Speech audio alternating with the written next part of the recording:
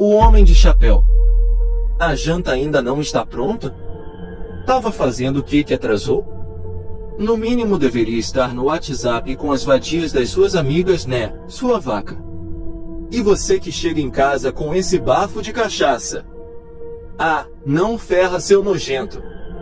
E assim mais uma briga começava entre os pais de Alicia e Juninho, um casal de irmãos de seus 9 e 7 anos respectivamente. Ouvir as brigas, palavrões e ofensas entre seus pais, já era normal para eles. Isso quando não acabava em pancadaria. Quando isso acontecia, Juninho corria para o quarto de Alice e os dois entravam na casinha de bonecas que ela tinha. Naquela noite a mesma rotina, a mãe os chamava para jantar. Eles lavavam as mãos e desciam para se sentarem à mesa, e seus pratos já estavam prontos os esperando. Isso quando o jantar ou almoço não era miojo ou lasanha pronta, pois a mãe deles não era da cozinha nem dos serviços domésticos. Quando sentavam para jantar, o pai pegava seu prato e ficava na frente da TV vendo algum jogo e xingando algum juiz ou jogador, que em sua opinião, dera algum passe errado na bola. A mãe ficava sentada à mesa com eles, porém comia com o celular em punho olhando suas redes sociais e seu WhatsApp. Juninho mencionou à mãe que tinha trabalhinho da escola, pois a tia havia pedido cola e cartolina azul para levar na segunda-feira. A mãe, com muita má vontade, respondeu que aquela tia só inventava besteira, pois aquilo tudo iria pro lixo mesmo. Enfim. Assim era a rotina dos irmãos Alicia e Juninho. Eles adoravam ir na casa dos coleguinhas, pois era tudo diferente da casa deles. Havia respeito, carinho e os dois eram sempre bem tratados. Os pais de seus amiguinhos não gritavam com seus filhos, os tratavam bem e não brigavam entre si. Vamos! Já acabaram? Tenho que lavar essa louça e ir ver minha novela, porque o inútil do seu pai, lógico que não vai me ajudar, falou a mãe das crianças interrompendo seus pensamentos. Então, os dois entregaram seus pratos e foram ver desenho animado no quarto deles. No dia seguinte, enquanto brincavam na rua com seus coleguinhas, Alicia viu Juninho conversando com um senhor alto e magro e foi logo ao encontro dele. Juninho, mamãe disse para não falar com estranhos, Alicia disse pegando seu irmão pela mão. Juninho respondeu: ele é legal, mana. Então, o senhor alto disse estendendo a mão para cumprimentá-la. Ora, sua irmã está coberta de razão, rapazinho. Me chamo Zack. Alice apertou-lhe a mão. Aquele senhor era muito alto, magro e usava um terno preto e um chapéu. Era muito gentil realmente. Juninho disse: que chapéu engraçado. E os dois riram. O homem alto de chapéu perguntou-lhes: crianças, vocês gostam de zoológico? Adoramos, senhor Zack. Responderam as crianças. Então aqui estão 2 entradas para o zoológico para amanhã cedo, para vocês aproveitarem seu dia de domingo. Tenho certeza de que vão gostar. Eles agradeceram a um homem alto de chapéu e se despediram. Enquanto corriam para casa, o homem os fitava seriamente. Por conseguinte, as crianças entraram em casa correndo e gritando: mãe, pai, ganhamos ingressos para o zoológico. O pai riu-se desdenhando. Até que enfim algo de graça. Porque se tivesse que pagar eu não iria. Os meninos quase nem dormiram naquela noite de tão animados que estavam. Pela manhã, os dois se arrumaram, tomaram um café e, antes de sair, o pai já estava no carro acelerando e buzinando insistentemente, apressando a família. Bora, merda! Vamos logo, senão eu não vou mais e ninguém mais vai sair. A mãe respondeu: calma, seu inútil, você poderia ao menos ter trancado a casa, né? Assim, entraram no carro e o pai arrancou reclamando e cantando pneus. As crianças chegaram ao zoológico super animadas. Logo que entraram, já viram a estátua de bronze de leopardo, o fosso dos orangotangos e, após isso, as jaulas dos felinos. As crianças estavam muito alegres. Mostravam tudo para o pai que, de cara amarrada, andava atrás deles e a mãe, como sempre, conversava ao celular. Mais adiante, eles avistaram umas jaulas diferentes. Era como se fossem jaulas de vidro e dentro delas haviam pessoas. Casais, alguns até com roupas muito antigas. Os irmãos se entreolharam sem entender nada daquilo. Então, um dos casais da jaula de vidro bateu no mesmo e o chamou para perto. Olá, crianças, vocês vieram nos levar? Estávamos esperando por vocês. Seremos seus papais novos. Juninho disse. Mas a gente já tem nosso pai e nossa mãe. E o casal da jaula respondeu. Mas eles não são bons para vocês, já nós seremos. Os irmãos se afastaram sem entender e o casal ficou gritando, chamando-os e andando para lá e para cá. Voltem. Levem a gente. Alicia e Juninho olharam ao redor, procuraram seus pais, mas não os viram. Ali só havia várias crianças olhando para aquelas diversas jaulas e conversando com os casais por entre os vidros que pediam para que fossem levados. Ei! Vocês dois! Levem a gente! Prometemos que vamos levar vocês ao parque e dar tudo o que vocês quiserem. Cala a boca, deixa que eu falo, dizia a mulher na mesma jaula de vidro. E vários casais nesta mesma situação. Até que os dois avistaram um casal que parecia triste. Um abraçado ao outro. Estes lhe chamaram a atenção por causa da imensa tristeza em seus olhares.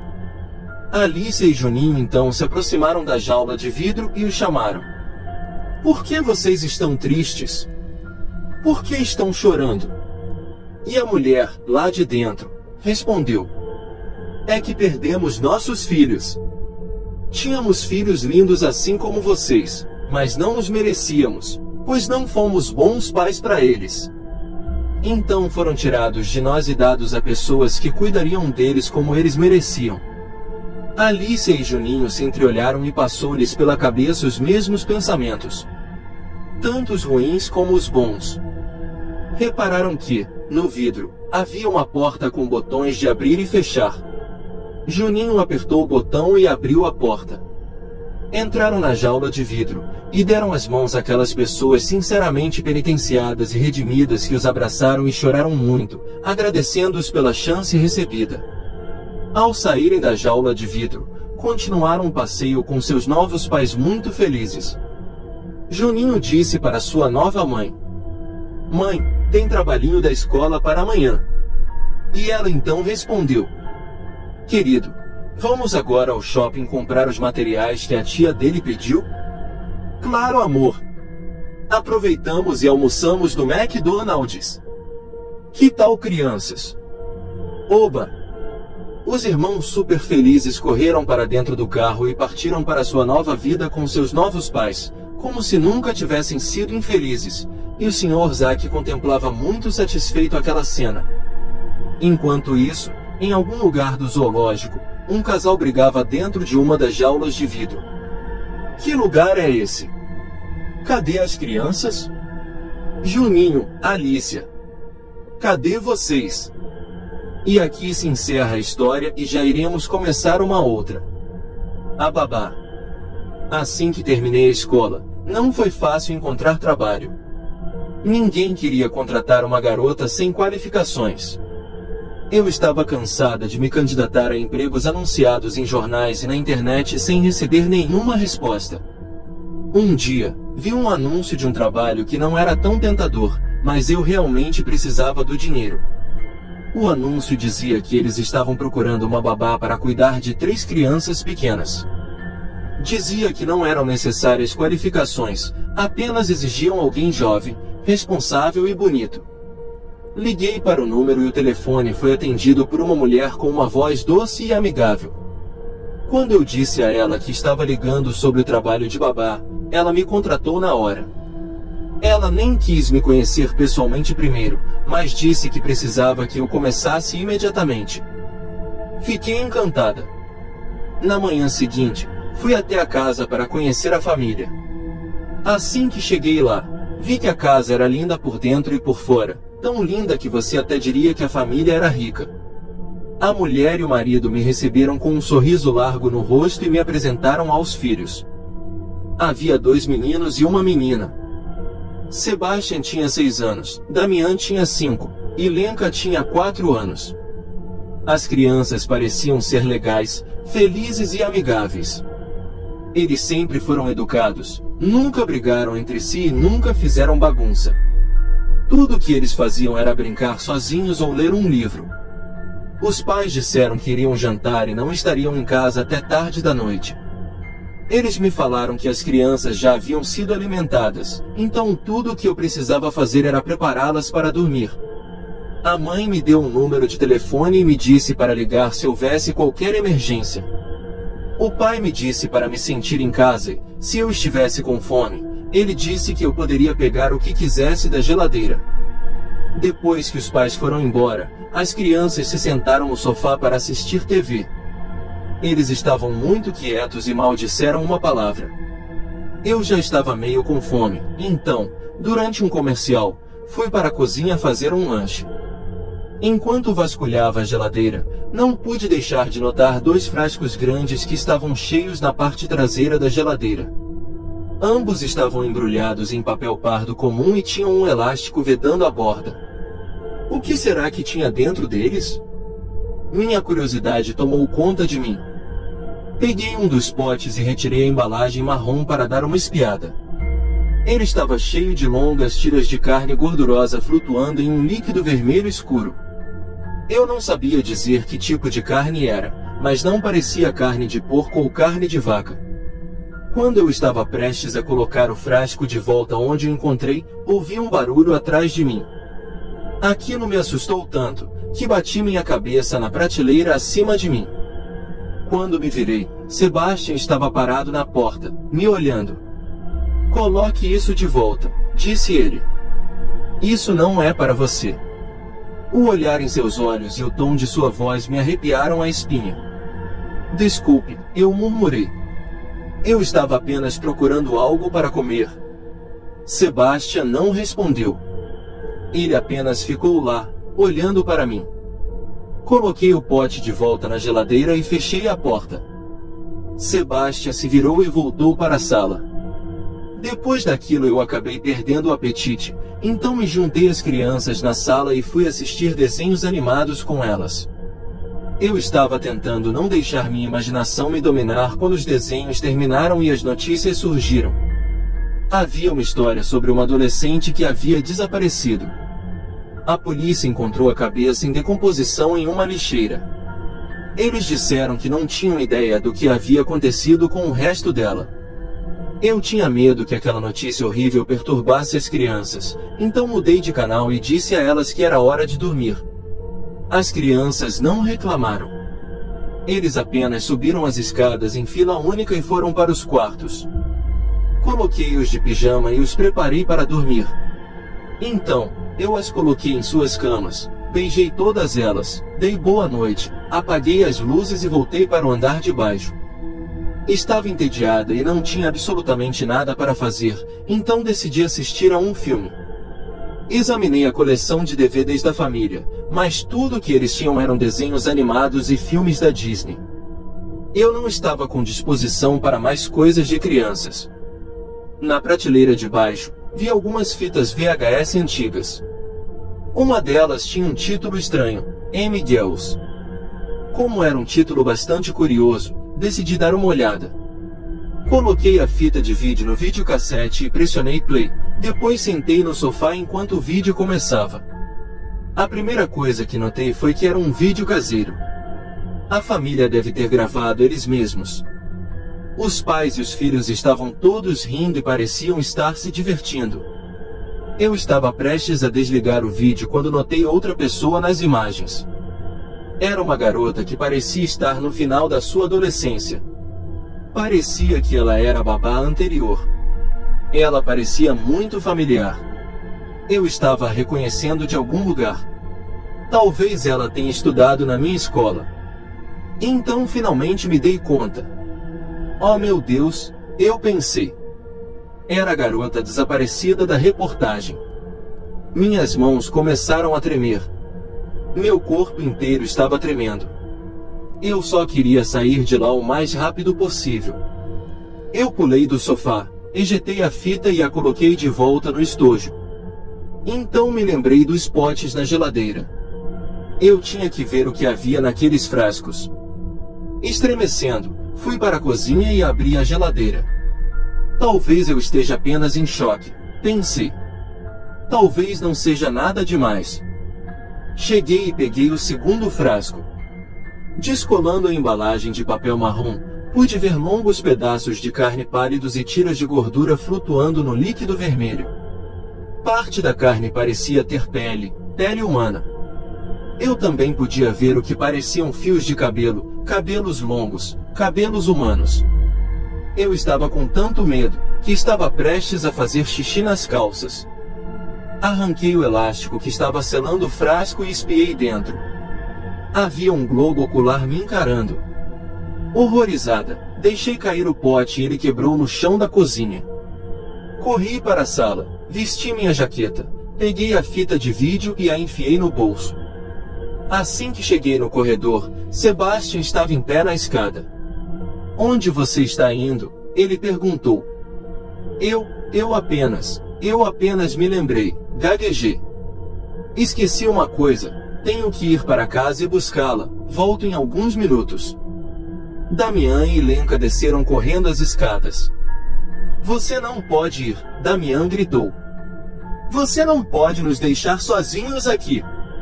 "Estou ligando para os nossos pais", gritou Lenka pegando o telefone e discando os números. Sebastian agarrou minha perna e não a soltou. "Você tem que ficar", ele gritou. "Nós estamos com fome." Seu aperto era extremamente forte, mas eu consegui afastá-lo e saí correndo pela porta da frente. Enquanto corria para o meu carro, vi os pais das crianças entrando na garagem, mas eu não parei por um instante. Pulei para dentro do meu carro e tranquei todas as portas. As crianças estavam na porta, gritando e chorando. A mãe e o pai saíram do carro e eles vieram correndo em minha direção. Havia um olhar raivoso em seus rostos. "O que há de errado?" eles gritaram. "Onde você vai?" "Volte aqui." Eu sequer respondi. Rodei a chave e dei partida. Eles começaram a bater nas janelas. Pisei no acelerador e saí de lá como um morcego do inferno e não olhei para trás. Eu não parei até chegar à delegacia. Contei aos policiais tudo o que sabia e entreguei a fita de vídeo como prova. A polícia imediatamente enviou 2 carros de patrulha. No momento em que chegaram na casa, os pais e os filhos tinham sumido. Eles apenas pegaram o carro e desapareceram. A polícia revistou a casa e encontrou os frascos na geladeira. Eles também encontraram carne e ossos humanos no porão. A perícia fez testes e confirmou que aqueles eram os restos da garota desaparecida. Eles nunca conseguiram rastrear a família. Eles ainda estão por aí em algum lugar, provavelmente vivendo com um nome diferente, provavelmente ainda em busca de novas vítimas. Se você quer o meu conselho, tome cuidado quando for trabalhar de babá. E aqui se encerra a história e já iremos começar uma outra. Os presentes da tia Ana. Não existe família perfeita. Desde criança eu sei disso. Minha mãe nunca teve uma boa relação com sua irmã, a tia Ana. Elas eram irmãs gêmeas e brigavam por tudo, isso é o que minha tia Ana dizia. Minha mãe nunca convidou minha tia para ir lá em casa, mas mesmo assim ela ia, afinal eu era o seu único sobrinho. Nós sempre tivemos uma boa relação, mas eu não podia contar para minha mãe sobre as visitas da minha tia, caso contrário, as duas brigariam. Em outras palavras, elas eram boas irmãs, desde que não se encontrassem. Toda vez que minha tia me visitava, minha mãe e meu pai estavam trabalhando. Essas visitas aconteciam uma vez ao mês, sempre às sextas-feiras. Tia Ana não ficava muito tempo. Assim que chegava, preparava um café da tarde, assistia alguns desenhos comigo e pouco antes dos meus pais chegarem, ela ia embora. Mas antes de partir, me contava uma história e me dava um presente. Os presentes da tia Ana eram os melhores. Tudo que eu queria, ela me dava. Só vou entregar se você aceitar, dizia minha tia. E eu sempre aceitava. Certa vez, eu esqueci de esconder um dos presentes, e minha mãe me perguntou onde eu achei. Eu disse a ela que foi a tia Ana quem me presenteara. Minha mãe ficou muito irritada e destruiu o brinquedo. Meu pai ficou descontrolado. Depois desse dia, minha tia ficou um bom tempo sem me visitar. Eu achei que minha mãe havia brigado com ela, mas não. As coisas que aconteceram depois disso foram perturbadoras.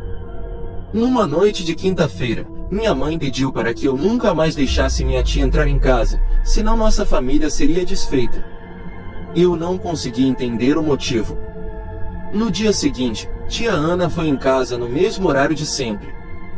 Eu estava tão feliz em vê-la de novo que não segui o conselho da minha mãe, deixei minha tia entrar, e essa foi a pior coisa que eu poderia ter feito. Tia Ana contou que minha mãe e ela brigam desde que fizeram 18 anos. Tudo por causa de um namorado da adolescência que minha mãe tinha, mas que acabou ficando com minha tia. Depois de me contar o que separava ela e minha mãe, minha tia preparou um café da tarde, assistiu televisão comigo e foi embora. Quando minha mãe chegou, ela começou a gritar descontroladamente. Como num passe de mágica, todos os presentes que recebi da tia Ana estavam na sala de estar. Eu não tinha percebido que ela havia deixado eles lá antes de sair. Depois de se acalmar, minha mãe me contou o verdadeiro motivo de sua briga com minha tia. Tia Ana estava morta há anos. As duas sempre foram muito ligadas, mas quando completaram 18 anos, minha mãe descobriu que meu pai tinha engravidado minha tia. Eles saíram apenas uma vez, e foi o que bastou. Tomada por ódio, minha mãe profanou sua relação com sua irmã. Todas as pessoas que amavam minha tia, incluindo meus avós, se voltaram contra ela. Sua gravidez não durou muito. Acabou tendo um aborto espontâneo e se matou semanas depois. Na carta de despedida, fez questão de dizer que jamais sairia da vida da minha mãe, e voltaria para tomar o filho dela, no caso eu, quando completasse 18 anos. Depois de saber a verdade de fato, nunca mais deixei minha tia entrar em casa. Nunca mais citei o nome dela, e destruí todos os brinquedos que tia Ana me deu. Todos os presentes que recebi, aceitei de coração. Afinal, ela só me daria se eu aceitasse. Eu não sabia que essa era a permissão para ela me levar com ela. Depois que completei 18 anos, minha mãe nunca mais me viu. E aqui se encerra a história e já iremos começar uma outra. O pintor cego. Eles o chamavam de pintor cego. Ele era um homem velho no início dos anos 70 e morava em uma pequena casa nos arredores da cidade.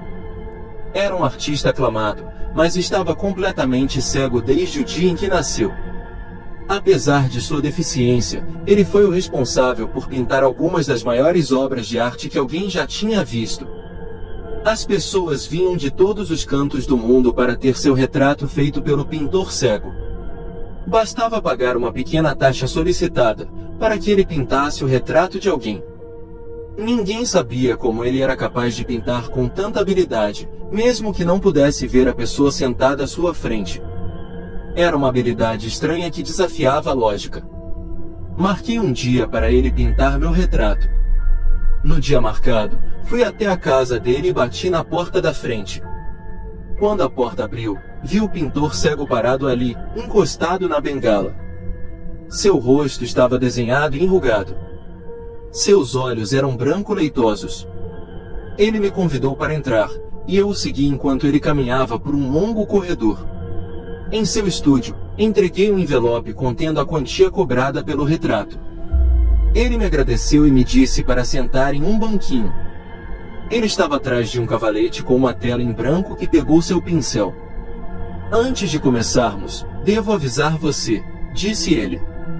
Às vezes eu pinto muito longe. Eu não tinha ideia do que ele quis dizer com aquilo. Suas pinturas eram sempre bonitas, então eu tinha certeza de que ficaria satisfeito com o produto final. Eu sentei lá, fazendo uma pose básica, quando ele começou a pintar. Horas se passaram e nenhum de nós disse uma palavra. O pintor cego nunca levantou os olhos da tela. Seu pincel viajava para frente e para trás e sua testa estava enrugada em concentração. Finalmente, ele largou o pincel. Eu terminei, disse ele, e acenou para que eu fosse dar uma olhada na obra. Assim que pus os olhos na pintura, fiquei horrorizado. Ele me pintou deitado no chão, cercado por uma poça de sangue. Minha garganta tinha sido cortada e meu corpo estava coberto de facadas.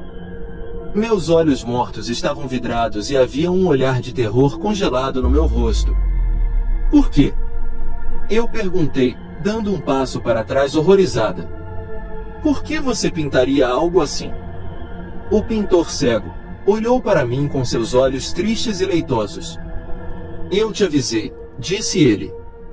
Às vezes pinto muito longe, às vezes pinto o futuro. E aqui se encerra a história e já iremos começar uma outra.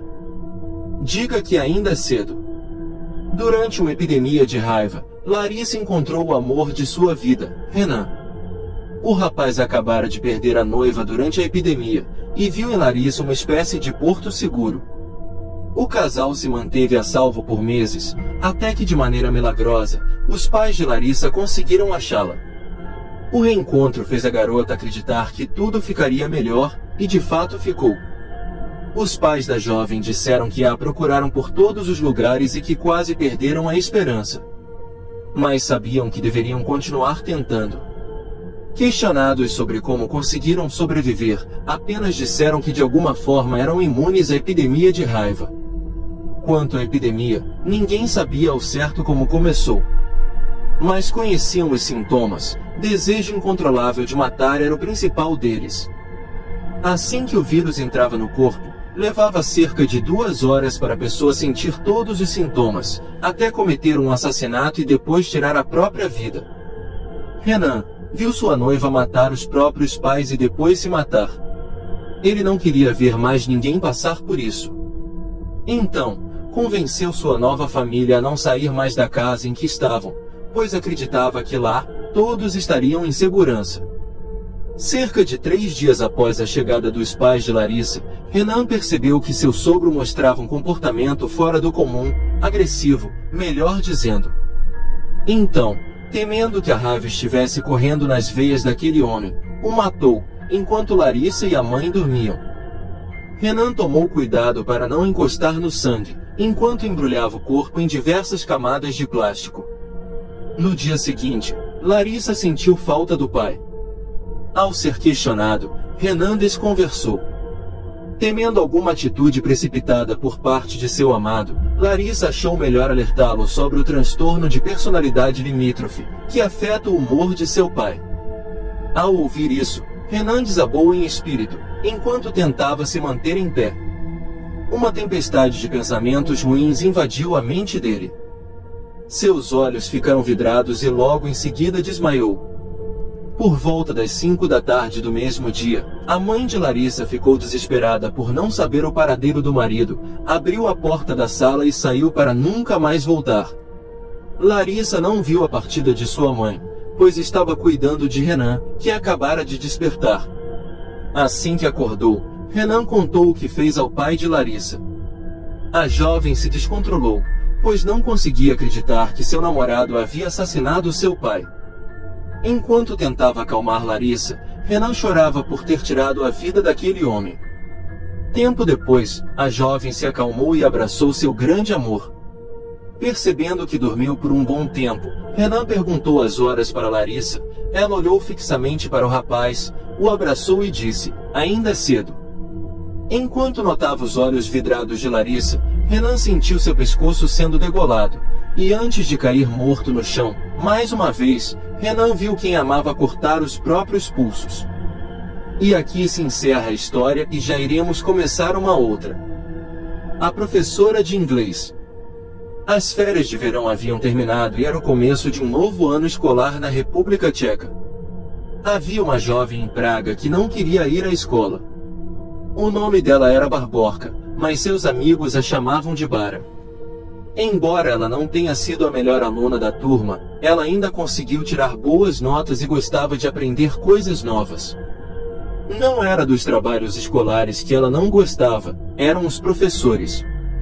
Por mais que tentasse se comportar, no ano anterior, ela sempre parecia ter problemas com os professores de sua escola.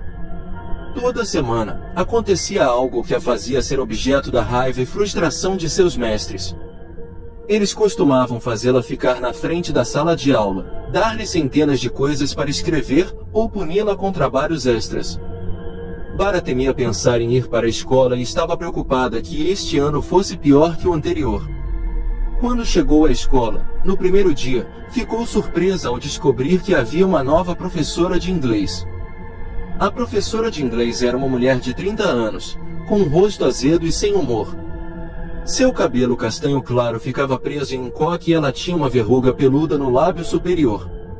Bara esperava que essa professora fosse diferente do resto dos que já tinha. Depois do almoço na sexta-feira, assim que voltava para a sala de aula, Bara, sem querer, derrubou os livros no corredor. Quando se abaixou para pegá-los, notou que o zelador da escola estava olhando para as pernas dela e lambendo os lábios. Ela lançou-lhe um olhar fulminante e puxou a saia para baixo. Velho assustador, ela murmurou baixinho. Mais tarde naquele dia, Bara estava sentada na sala de aula, ouvindo a professora de inglês divagar sobre gramática e pontuação, quando uma garota chamada Verunca levantou a mão. A professora parou no meio da frase e apontou para a jovem. Verunca, você tem uma pergunta? Ela perguntou. Sim, senhorita, disse Verunca. Por que suas toupeiras continuam mudando? A professora pareceu confusa. Do que você está falando? Ela perguntou. As verrugas peludas no seu rosto, disse Verunca. Elas continuam mudando. Na segunda-feira, você tinha uma, mas na terça e quarta-feira você tinha 3. Agora só tem uma de novo. Todas as crianças da turma começaram a rir. Era uma pergunta tão bizarra e aleatória, que ninguém esperava. Seus olhos devem estar enganando você, respondeu a professora, irritada. Como você pode ver claramente, eu tenho uma verruga no meu rosto. Agora, se você não tem nada de relevante a dizer, eu agradeceria se você se abstivesse de atrapalhar minha aula e ficasse de boca fechada. Durante o resto do dia, Bara percebeu que a professora de inglês continuava irritada com Verunca. Parecia que ela estava fervendo de raiva e havia ódio em seus olhos. No final da aula, quando as outras crianças estavam saindo, a professora chamou Verunca e disse que queria conversar com ela. Bara ficou aliviada por, desta vez, não ser ela que estava com problemas. Na segunda-feira de manhã, assim que Bara chegou à escola, ela notou que havia uma mesa vazia na sala de aula. Verunca não estava lá. Na verdade, ela não apareceu na escola no dia seguinte, no outro e nem no outro. Bara começou a se perguntar o que havia acontecido com a menina, e mais ninguém parecia saber também. Havia algo mais que incomodava Bara. Começara a prestar mais atenção na aparência de sua professora de inglês, e começou a fazer anotações detalhadas no final de seu caderno todos os dias, então notou algo muito estranho. As verrugas da professora estavam realmente mudando. Não havia nenhuma dúvida sobre isso. Na segunda-feira, ela tinha uma, mas na terça-feira ela tinha 2. Na quarta-feira, voltado a apenas uma, mas isso não era tudo. Quando Bara consultou suas anotações, descobriu que, na segunda-feira, a professora usava um curativo no dedo mindinho. Na terça-feira, o curativo não estava lá, mas na quarta-feira havia retornado. Bara suspeitava que algo muito estranho estava acontecendo. Naquela noite, depois que as aulas terminaram, ela decidiu seguir a professora e descobrir onde ela morava. Ela destrancou a bicicleta e pedalou por um tempo, até ver o carro da professora saindo do estacionamento da escola. Bara seguiu, mantendo-se a uma distância segura, até que chegaram a um pequeno prédio de apartamentos do subúrbio. A professora estacionou do lado de fora do prédio em ruínas, subiu um lance de escada e desapareceu pela porta da frente. Bara trancou a bicicleta em um poste de luz e estava prestes a subir as escadas, quando viu a professora saindo novamente, carregando uma grande sacola plástica preta na mão. A jovem se escondeu rapidamente embaixo da escada e observou a mulher descer, e ir atrás do prédio para despejar o lixo. Esta é minha chance, pensou Bara. Reunindo coragem, ela subiu correndo os degraus e passou pela porta aberta antes que a professora voltasse. Ela se viu parada na cozinha de um pequeno apartamento. Olhando em volta, ficou chocada ao ver uma mulher sentada à mesa, de costas para ela. Por trás, a mulher parecia exatamente como sua professora. De repente, ela ouviu o som da maçaneta da porta da frente girando. Olhando por cima do ombro, ela percebeu que era sua professora voltando. Bara teve tempo de subir em um dos armários da cozinha e se esconder antes que a mulher a visse. Sentada no armário, com medo de emitir algum som, a jovem conseguia ouvir as duas mulheres conversando entre si em voz baixa. Então, ela ouviu passos se aproximando e o som da voz de outra mulher na cozinha. Espreitando através das ripas na porta do armário, Bara podia ver tudo claramente. Havia 3 mulheres sentadas à mesa. Bara mal podia acreditar em seus olhos. Foi chocante demais para acreditar. Elas eram idênticas. Trigêmeas. Ela pensou consigo mesma. Claro!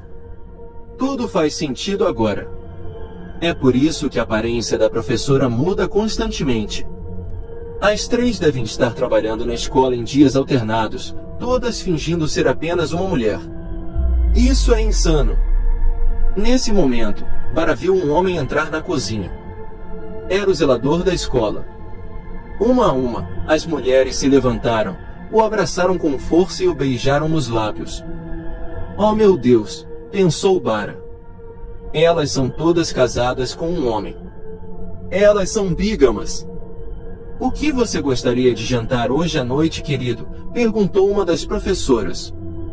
O mesmo que ontem à noite, respondeu o zelador. Peito ou coxa? Ela perguntou. Uma coxa boa e suculenta, disse o velho assustador, lambendo os lábios. Uma das mulheres abriu a porta da geladeira e os olhos de Bara quase saltaram de sua cabeça. Ela teve que cobrir a boca para reprimir um grito. Pendurado no congelador estava o cadáver de sua colega desaparecida, Virunca. Seu cabelo estava congelado e a geada cobria suas sobrancelhas e cílios. Havia um pingente longo e fino pendendo do nariz. Ambos os braços e uma das pernas foram cortados na altura das articulações. Então, pelo canto do olho, Bara viu o zelador repentinamente sentar-se na cadeira. Sua cabeça estava inclinada em um ângulo estranho quando ele ergueu o nariz e começou a cheirar como um cachorro. Estou cheirando alguma coisa. Eu conheço esse fedor. É o cheiro de uma jovem garota. Todos os 4 se levantaram e começaram a procurar na cozinha, espiando debaixo das mesas e armários abertos. Bara se encolheu em seu esconderijo, tremendo de medo enquanto os ouvia cheirando e bufando como animais, tentando sentir seu cheiro. De repente, as portas do armário foram abertas e ela viu o zelador da escola ali, cercado por suas 3 esposas. Ele estava babando muito ao encarar as pernas nuas dela. Carne fresca, ele disse batendo no peito com os punhos e uivando como um lobo. Carne fresca! Carne fresca! Ecoaram as mulheres. Elas começaram a grunhir como porcos e pular pela cozinha de 4 como macacas enlouquecidas. O zelador da escola agarrou Bara pelos cabelos, a puxou para fora do armário e a jogou no chão. Ela tentou lutar contra ele, mas ele subiu em cima dela e prendeu seus ombros no chão com os joelhos. Sua boca enrugada se abriu, revelando dentes tortos e deformados. A saliva escorreu pelos lábios e espirrou no rosto de Bara. Ela gritou de horror e fechou os olhos. Na segunda-feira seguinte, na escola, os colegas de Bara notaram que ela não tinha ido para a aula. Então, quando ela não apareceu para a aula no dia seguinte, e no outro dia seguinte, eles começaram a se perguntar, mas ninguém tinha ideia do que havia acontecido com ela. Nenhum de seus colegas de classe poderia imaginar que, enquanto ouviam sua professora de inglês falar sobre verbos, substantivos e pronomes, o cadáver congelado de Barry estava pendurado em um armário de carne no apartamento da professora, e seus membros cortados estavam em uma panela, fervendo lentamente no fogão. E aqui se encerra a história e já iremos começar uma outra. Segredo bem guardado. Durante meses, uma cidade do interior paulista foi assombrada por um assassino. Ele escolhia suas vítimas aleatoriamente. Homens, mulheres, ricos, pobres, enfim. Qualquer pessoa estava sujeita a ser atacada pelo maníaco, que sempre marcava suas vítimas com um X na testa. Os policiais diziam que simbolizava que o alvo havia sido encontrado. Depois de mais de 20 mortes, com todas as vítimas sendo marcadas pelo X, o assassino desapareceu. Óbvio que as ocorrências policiais e outros homicídios aconteceram, mas não da mesma maneira.